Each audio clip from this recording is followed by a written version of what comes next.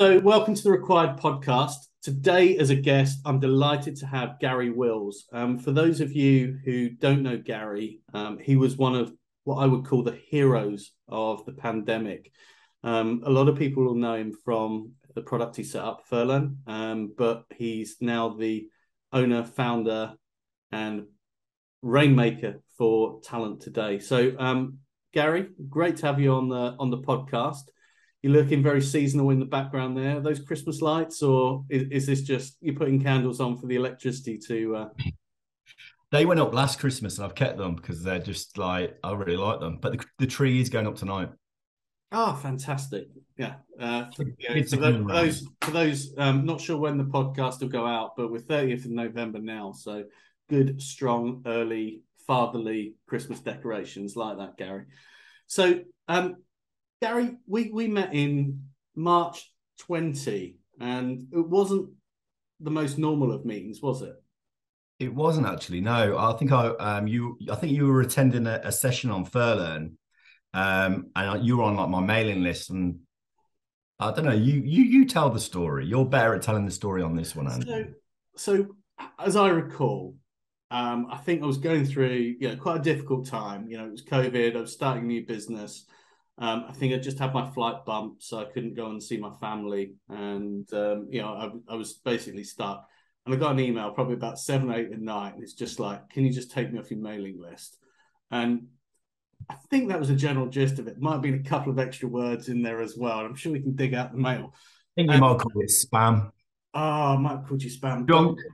But what I respected most was you came back and you said, "Look, I'm just trying to help people out. Are you okay?"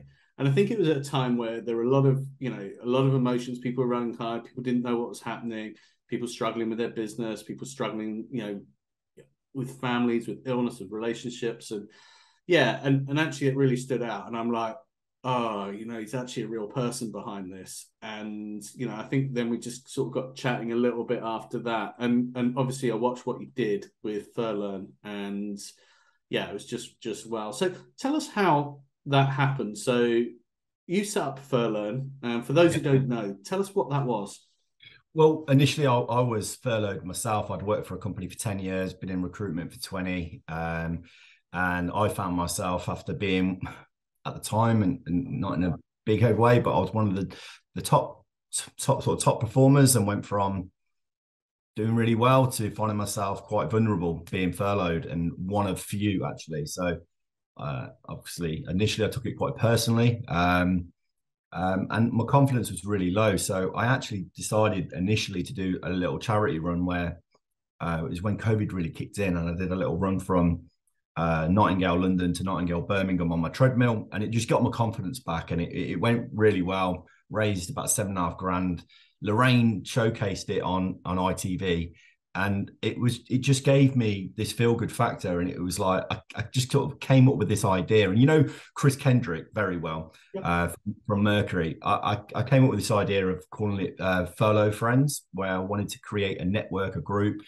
And he went, "That's rubbish. It's really cheesy." And he helped me with the name to come up with FurLearn. So I can't actually take credit for it. It was actually his wording, but it was basically set up to.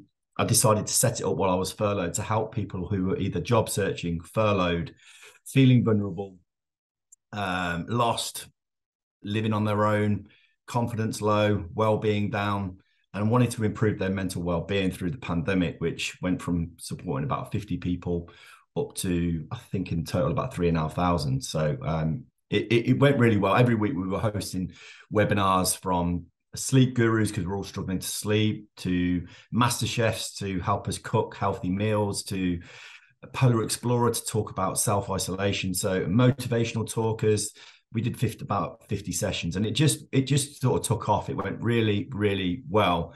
And we did a survey where I think this is probably my biggest achievement that I've ever done was we did a survey, and the average people's average mental well-being score was a 4.9, and there was a lot of people was in the 1s and 2s, which is very vulnerable, suicidal, huge worry. And within 4 weeks we managed to lift that to 7.7 as an average, so which is in a much better place. So with the people within the network that I had, I reached out, got 17 volunteers to sort of help out. We built mental well-being WhatsApp groups to support people that were really vulnerable. And we just gave recruitment hacks advice, tips advice, because I'm a recruiter. I was basically giving away as much as I possibly could for the job searcher to help them get the job for free. And it was just making me feel good, and it was helping other people. So it definitely filled a void during the pandemic. How much of that was about helping other people versus actually giving yourself some form of fulfillment? I'd say probably nearly all of it, because go back sort of 3 months just before I was furloughed, I just returned. I was burnt out at work and I had 4 weeks off, my first ever issue with mental health problems. And I was off work really low. And that's why actually I could realize something was wrong with you. Your reaction was you were growling, that email you sent back was quite punchy. I knew something was wrong. What I later found out was, what you told me, that you couldn't get your flights out to South Africa to meet your family. So you were going through a stressful time.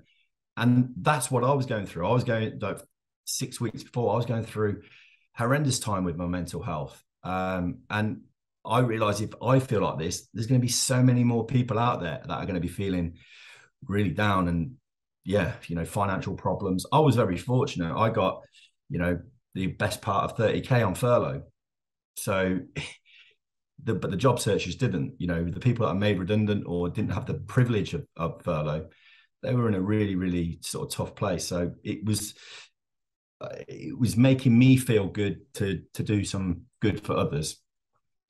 Yeah, it's interesting you say that. I mean, I was at that point where I think it was about 7 months before I could get out and see the kids. So, and also as well, I was building a business.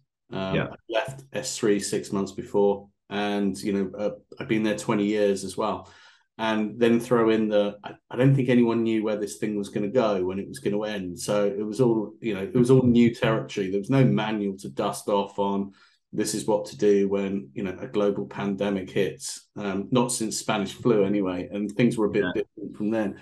So I think it was a strange time for everyone. It was, there was a lot of people just, it was, I'll be honest as well, I was most days 12 o'clock, at times there was nothing more to do than have a barbecue, have a beer, and it was becoming that routine of cycle. But, with a community of people that we brought together, it sort of broke that sequence. And there was, we did so many cool things, which just sort of got people back up. And actually, I look back sometimes now and think, I wish I could do it all again, but I have to make money.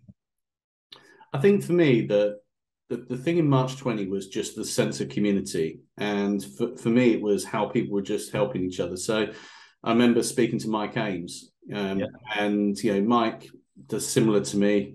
He's a lot better at it, but he does similar to me. He advised businesses on how to grow. And I think the conversation I had with him was, he had about 20 customers on retainer, and 19 of them issued notice on him, that week.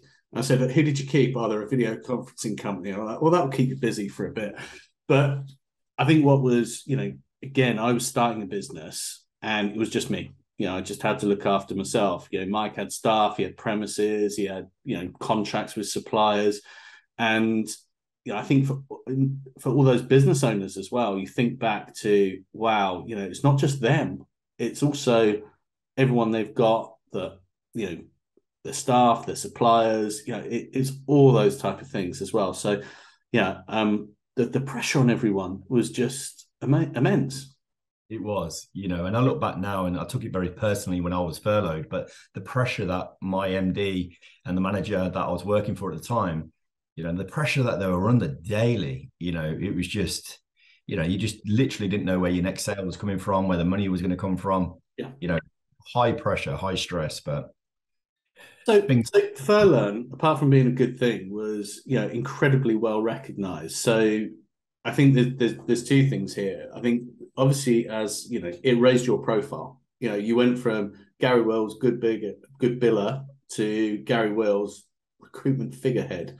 That for me was really interesting to watch. But I think the best story I heard was when you got a call from the Prime Minister's office. Yeah, so it's not been all, it's been a bit of a roller coaster, I will say.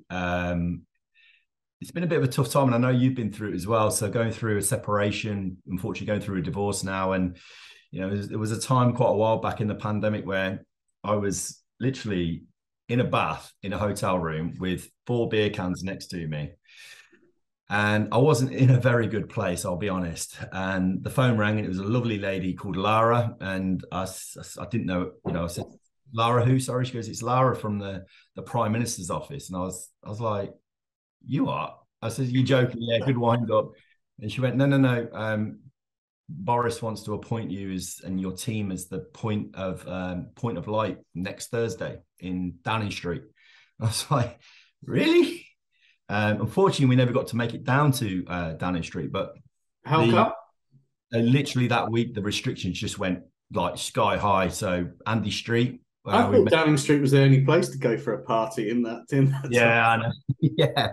But no, a couple of weeks later, I went to the Ricoh Arena at Coventry and met Andy Street, which was pretty cool, the mayor of Birmingham. So that was really, really nice. But I literally, it was mixed emotions, going through a divorce, and then you got a call from the Prime Minister's office. So it was bizarre, shall we say. Having gone through this, and then furlough, people started to go back, and obviously the furlough scheme ended, when it did. But when I spoke to business leaders, they felt furlough was great, but to a point. And then people became very, very reliant on it. Businesses became reliant on it. People became quite reliant on it. I won't name him, but he was like, look, we're going to accelerate some changes, but all the time we're just kicking the can down the road. And, there's got to be a great redistribution, but we can't do this because effectively we've got this government scheme that's supporting it. We've got to pay a little bit. It doesn't, but we can't move on with our business, and these people can't move on with their lives. I found furlough was great for, it saved a lot of people. It really did. It really helped me financially, but I actually think it was a lot of wasted money in there. There was a lot of businesses that really took the mickey out of it, and it's the government's fault.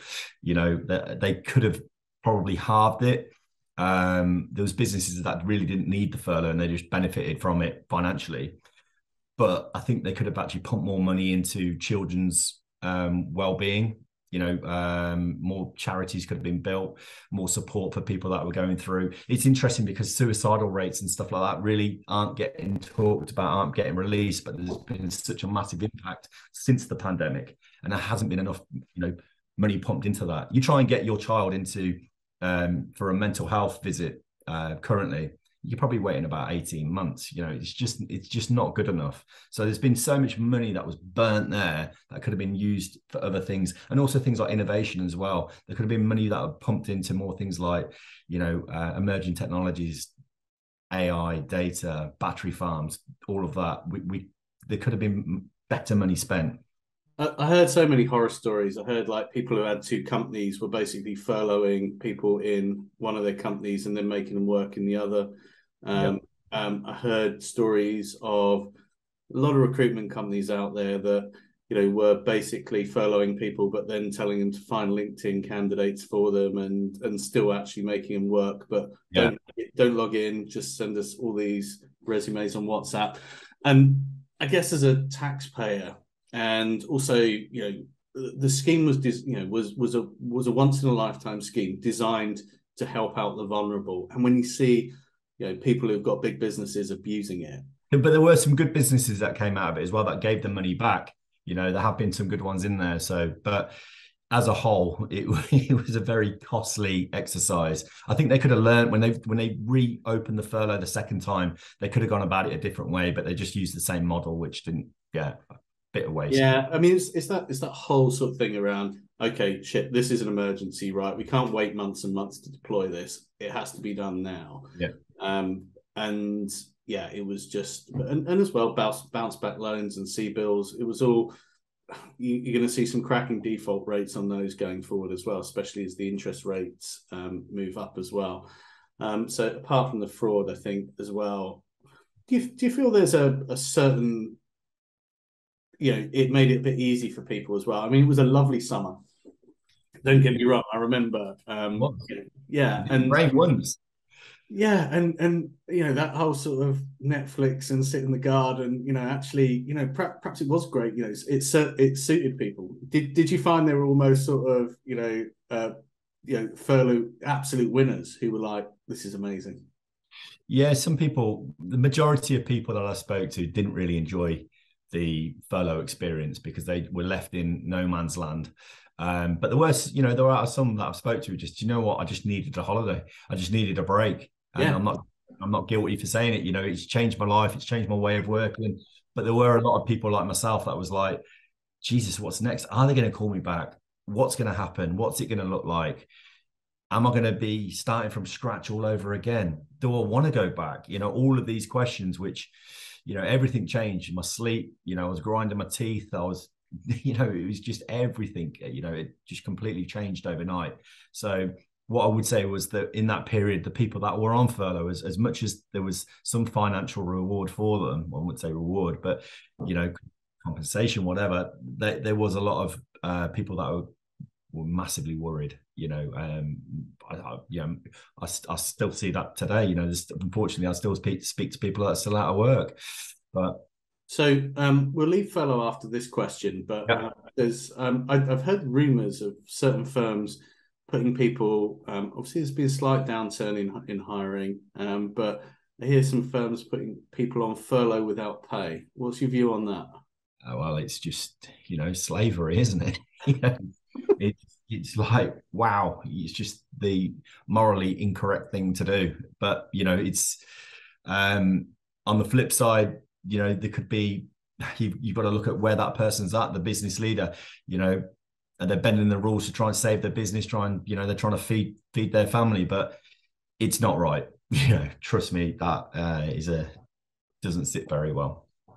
I can imagine. So anyway, after doing furlough, and I think we probably had a conversation, and I think actually when I was speaking to maybe Mike and Chris, we were talking actually about that, and you must have been in a decision before you set up Talent Today. Do I go and take on furLearn, and it can be similar, it can be different, or do I go and start my own business? I know we sort of had that conversation, myself, daughter, and Charlotte. We started RecWired originally as the Lockdown Leadership Network.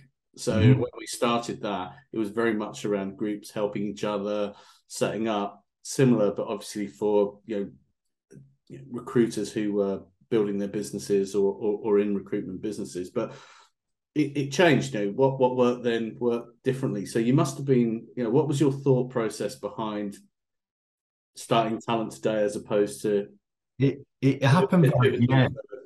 It happened very quickly. So in the late summer, I was recalled from my furlough from my employer, and I just served my notice there and then. I didn't know what I was going to do. I spoke to a number of people saying, could I make something out of FurLearn?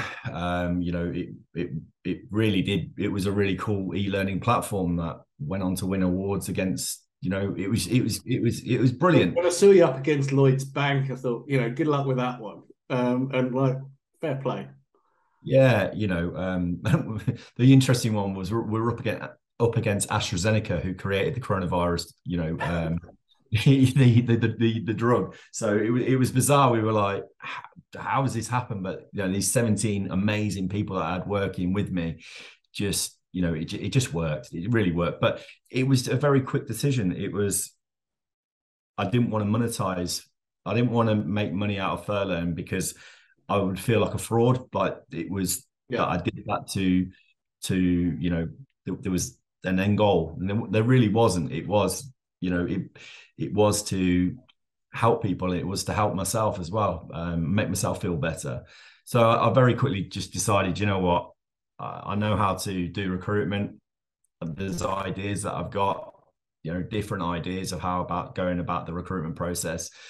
So I decided to set up Talent Today, which focuses in the IT project delivery world. but it's a very video focused approach. So pretty much every candidate that goes across, they're video interviewed by myself or a virtual resourcer. I've watched a lot of your stuff, and what's really interesting for me actually is I think you didn't do that before. So and I think actually that FurLearn, that whole gave you the confidence. You had to be confident for 3,500 other people. And I see your postings, and there's a real confidence there. Yeah, I never used to do video interviewing before. It was an idea that I'd always had, and like video introductions and stuff like that to clients. That was always on the radar, but it never had a chance to roll it out properly. I think the FurLearn experience of being on a webinar, and just when I look at episode 1 to when I look at episode 50, I wouldn't say episode 50 is polished or anything like that. It's very natural. It's quite easy going, but it was very nervous at the start, and at the end, it's just relaxed and chilled. It's just two different people. So it taught me so much about how to maybe hold myself on camera, how to present myself, and really not care about what people think. When I do a video on social media, on LinkedIn, for instance, I really don't care what people think of me no more. Before it used to think, oh, shall I post this? Shall I not? But I really do see the power in what what social media brings on a marketing side. It's massive, and I know you're the same. You love it. No, I'm not super confident around it, and I think probably it was meeting Daughter and Charlotte that got me, because when I started working with them, it felt like I knew them, because I'd sort of seen their journey. They were a really authentic journey of backpacking, and then trips to New York, those type of things, and actually the podcast was one of the things that we feel differentiates ourselves at RecWired. We're pretty consistent on it. We've got our partners, we've got members such as yourself. But it was out of the comfort zone. It's still a little bit out of the comfort zone around, doing this. But I think the other thing is you've got to be really consistent about it as well. I did times where I did a podcast and I wouldn't do one for 4 weeks, or I'd do 3 in a week. And so now just getting to that sort of habit of doing it, it's like training. You just want to be repeatable around just doing it, and realize, it's the right thing to do. People, but it's difficult. I mean, I ran a video product, built one up from a previous employer, and the first thing you've actually got to do is get in front of it yourself, because if you don't, how can you expect your customers or your users or your own team to do so? Absolutely. And that's the, you're right. It's the consistency, it's the momentum that you bring. I launched a podcast called the 10-Minute Project Fix, and I had paid for 10 episodes, and I think I got to 7. And you're right, it just, there is a plan anyway to relaunch it or do something else on LinkedIn Live or whatever it is, but its consistency is key. It's very easy not to do it. You got to stay disciplined. What I think I most love about the journey is your killing of cars and laptops. I mean, it's pretty phenomenal. And phones. Oh, and phones as well, right? Okay.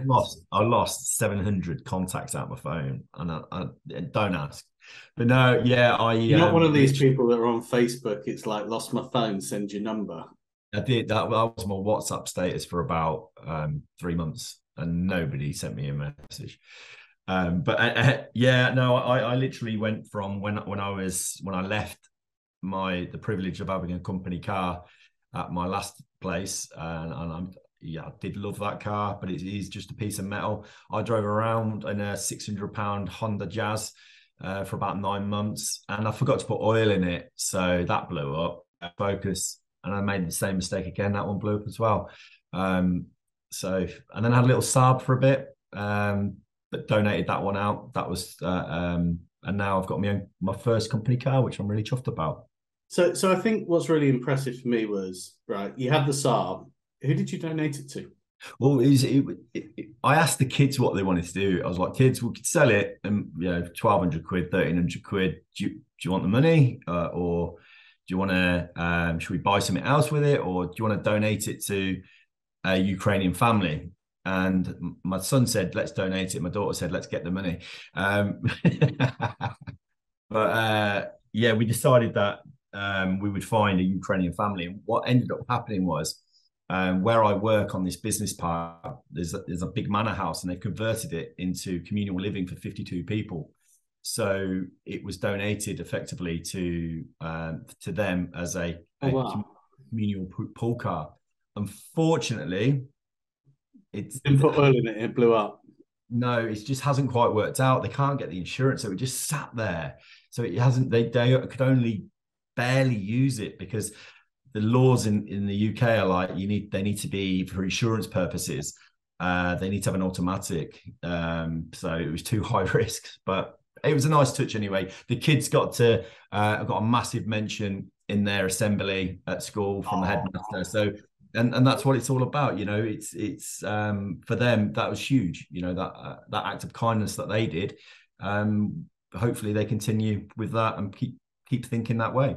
So business, and there's a lot of people set up their businesses, and a lot of people saw that as the push to, right, I'm going to start my own business and do it. How have you found it? The first year was just, I thought, do a real sexy video, pay 600-700 quid for somebody to come in and video me, and then do a launch and everything like that. It was all very glossy and lovely. There's going to be loads of business thrown my way. And it was the complete opposite. It was, this is pretty tough. And I went 3 months without doing anything, to the point where I was really worried. And then Christmas Eve, I think it was the 20th of December, a couple of years ago, I had an opportunity. I never even thought about doing contract recruitment. It was always going to be perm. Someone said, I need a contract BA. And I was like, okay. And now I've got the opportunity to trial out my model. I said, if I can video interview them for you, are you quick to move? And they said, yeah. So did that. And they offered them on Christmas Eve, and they started on the 4th of Jan. And it literally changed my thinking of, actually, can I change this into a contract business? So actually, maybe when I go on holiday, I've still got people working and I'm still making money rather than having to start at zero all the time. So I do a little blend of contract and perm.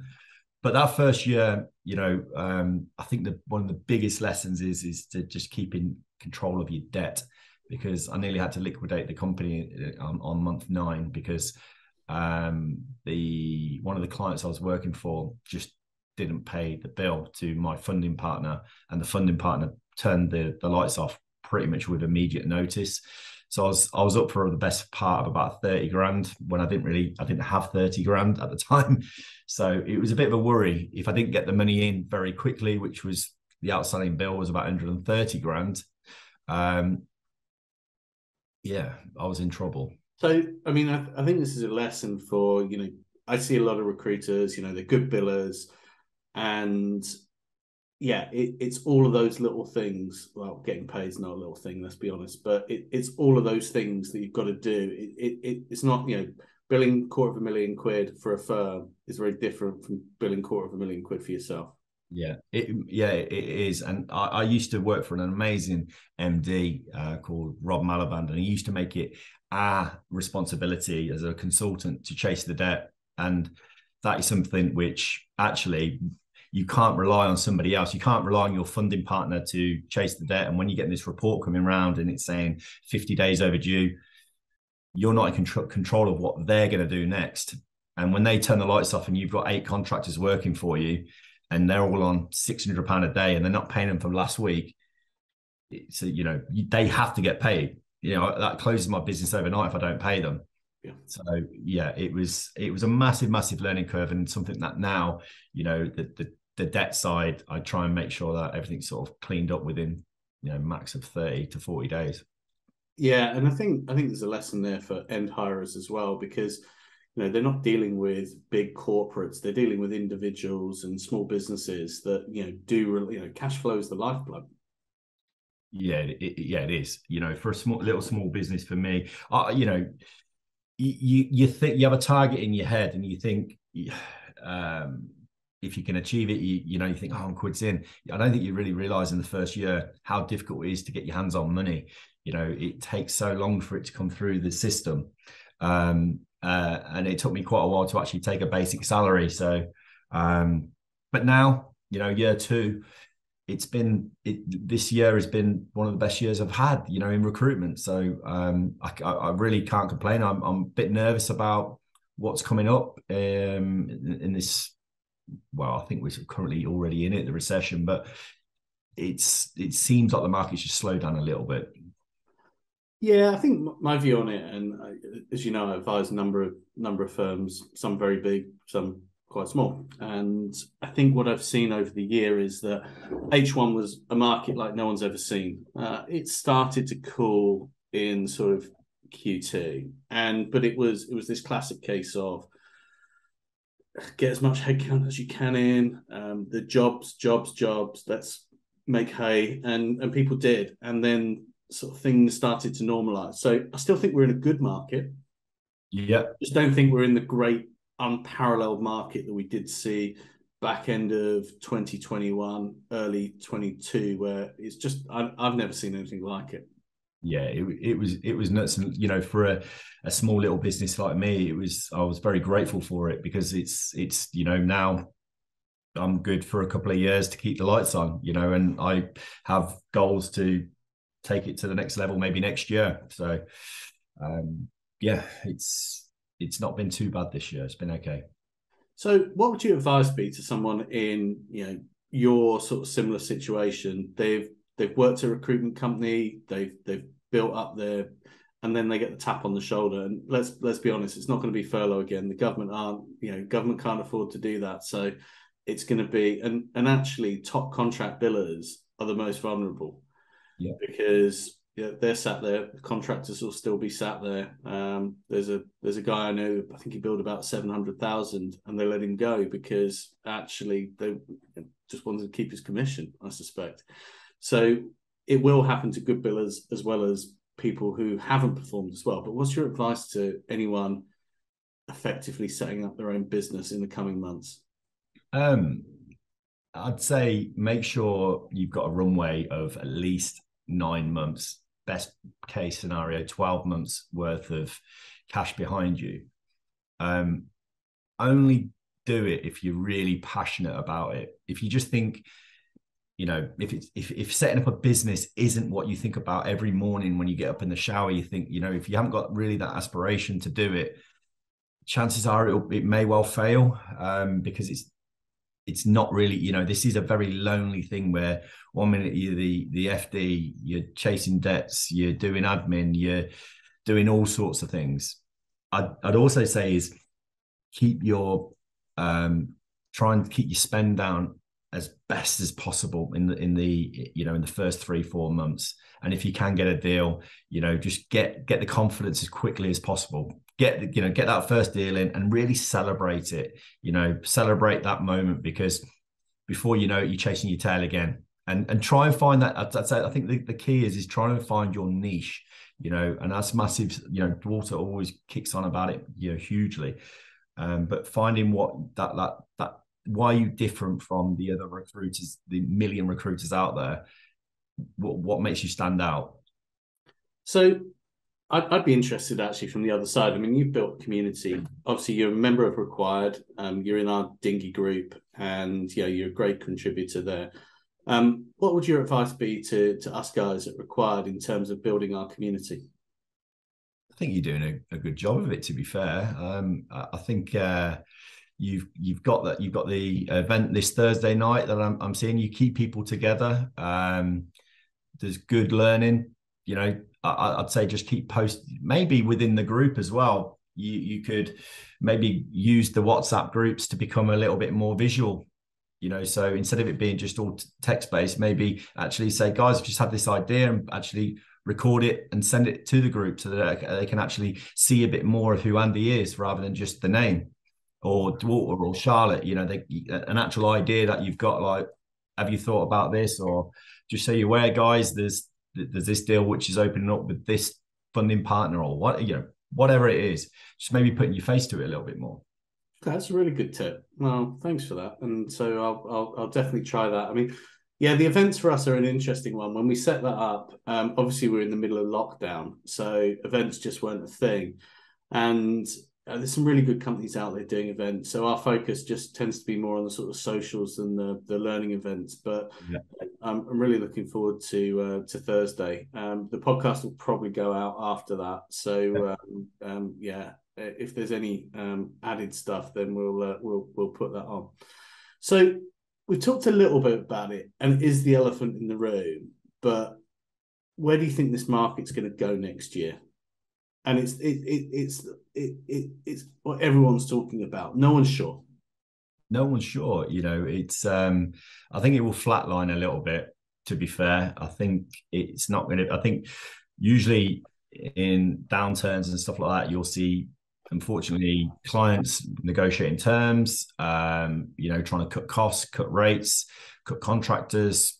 But there is a massive, within the tech sector and IT sector that I work within, there is a massive demand for talent. So it's a catch-22. Companies will want to save business, but they want to stay ahead of their competitors. So I actually think the IT market as a whole will be okay, but I think there'll be other sectors that will struggle. So the big one for you, and I know you're a very authentic guy, so you'll be open about this. You're in a situation now where it's you've got a VA doing the support, and that's great. Do you pull another card? Does this just become, this is my business, this is going to allow me to do this, or do you go on and grow it? Yeah, so I've got, and it's something I forgot to mention before as well, is like when you've got a bit of cash behind you, is I think the importance of getting a mentor. I know you mentor lots of businesses, and I'd highly recommend, there's people who are watching this to speak to yourself. I use a guy called Paul Jacobs, lovely guy. He's top guy, and I'd highly recommend that. He is pushing me to hire. I've been in a position where I'm just biding my time because I'm thinking, I just got a feeling that there's going to be an opportunity that's just going to come up, and I don't know what it is yet, but something's going to change next year. I just don't know whether I'll hire or bring a partner in or something like that, where I can actually then take the business to the next level. It is an aspiration of mine. I can't keep doing this on my own all the time. It's no fun at times. You want people around you. You want to celebrate with people, but on the flip side, it's quite highly profitable. So I think it's a little bit what you said earlier as well. It's low risk.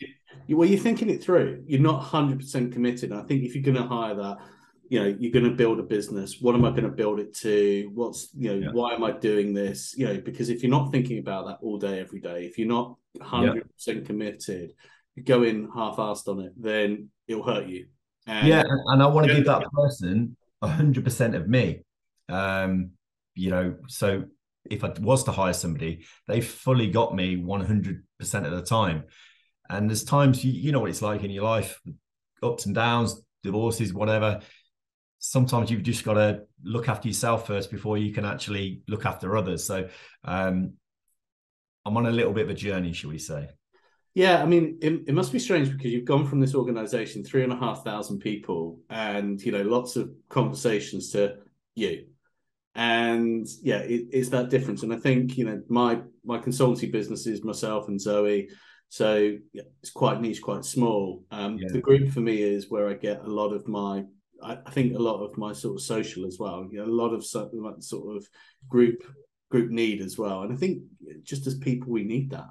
I think there's a massive, importance of just keeping your finger on the pulse, making sure you're true to your values as well. As a startup, if you say you're going to call someone, call them back. If you say you're going to give them feedback, give them the feedback. At the minute, my brand, the business is myself, and virtual assistants. So I'm only as good at the minute as my last deal, unfortunately, but we're not in a bad place. We're not in a bad place. Look, really looking forward to seeing you Thursday. It's great to catch up with you at the NEC a few weeks ago as well. Just sidled up for a cheeky coffee, which is great. But I think, what I'm most pleased with is that, 3 years on from me sending a shitty email, you took the time to reply. I'm really glad you did, because it's been great to get to know you. And I'm looking forward to seeing how you grow your next thing. And, any help you need, just give us a shout. Nice one, Andy. Thanks for having me on. Take care of yourself. See you Thursday. Cheers.